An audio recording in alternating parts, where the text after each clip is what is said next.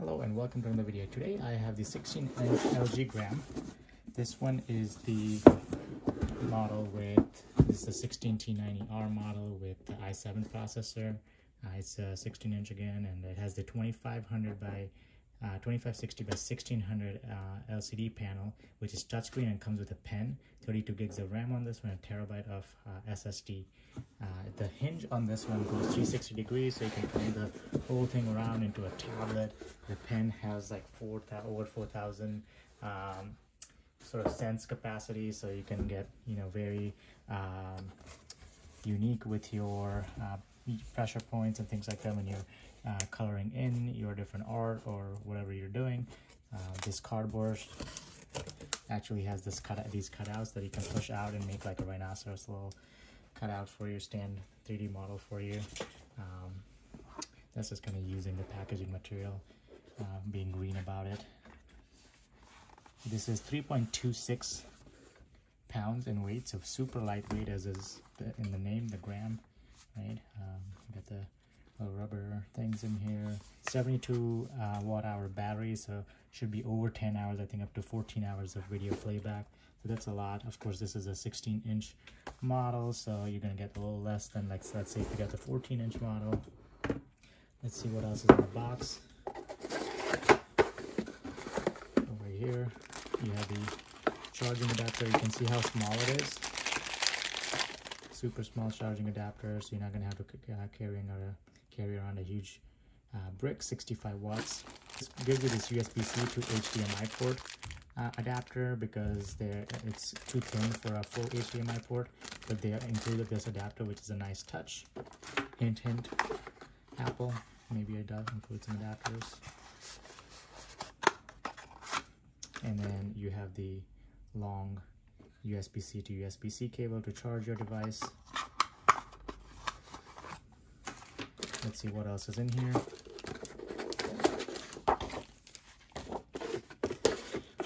You have the pen here.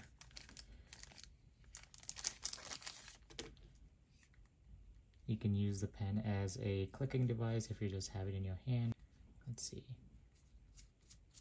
The top unscrews here.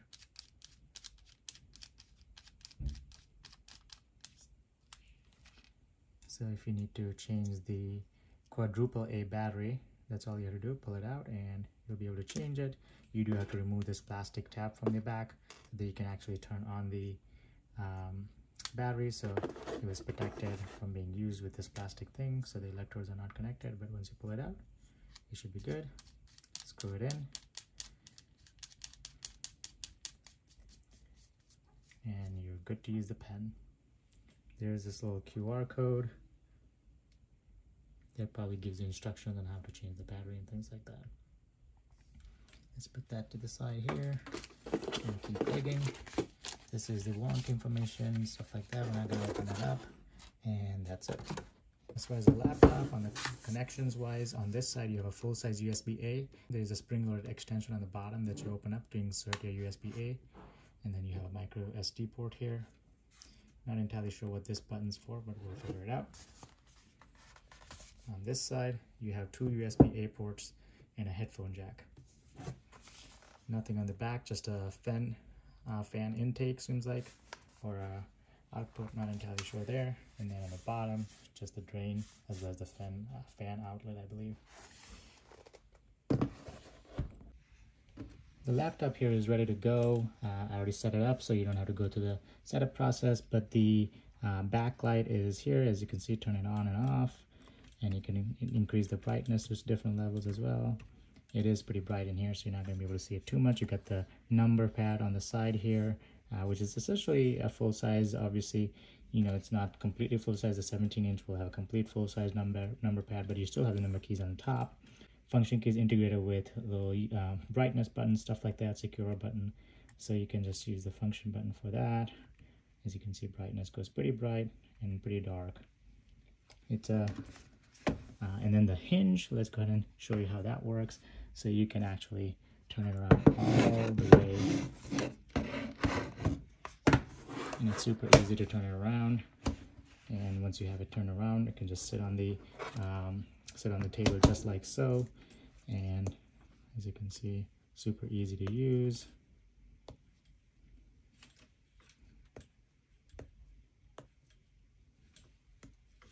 The button, let's go ahead and see if we can use it to click or whatever on the thing. So as you hover on top, you don't even need to touch the screen. You can actually just hover, and you can see the cursor moving with the thing. So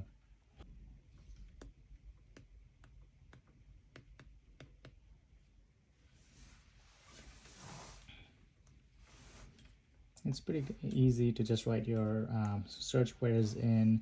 Of course, you can always open up a touch keyboard as well, so if that's what you prefer to do. So the pen works actually pretty well as far as hovering over things, as well as just touching. I'm just lightly tapping it and it's smooth.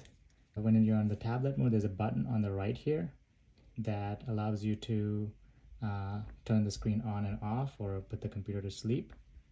When you're on the laptop mode, you can use the power button to turn the computer on and off. And when you're not on that mode, you can actually use this button when you're in the tablet mode. That button is the button on the right here. As far as the tablet mode, you can actually prop it up if you just want to use the touchscreen as a tent, like this. And then you can use that as the mode on the table, so you can kind of have it sitting like that as a stand. As you can see, it's pretty seamless.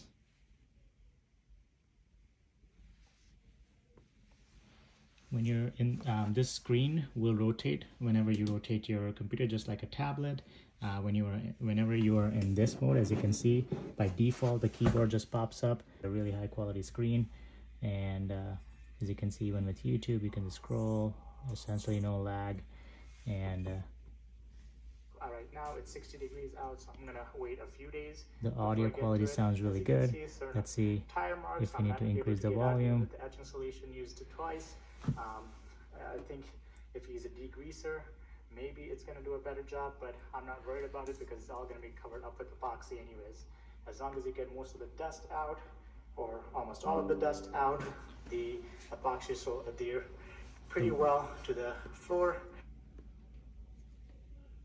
The volume is pretty full, doesn't sound tinny or anything like that. It has upgraded speakers from a couple of years ago too, so everything's much louder. Much higher quality, full.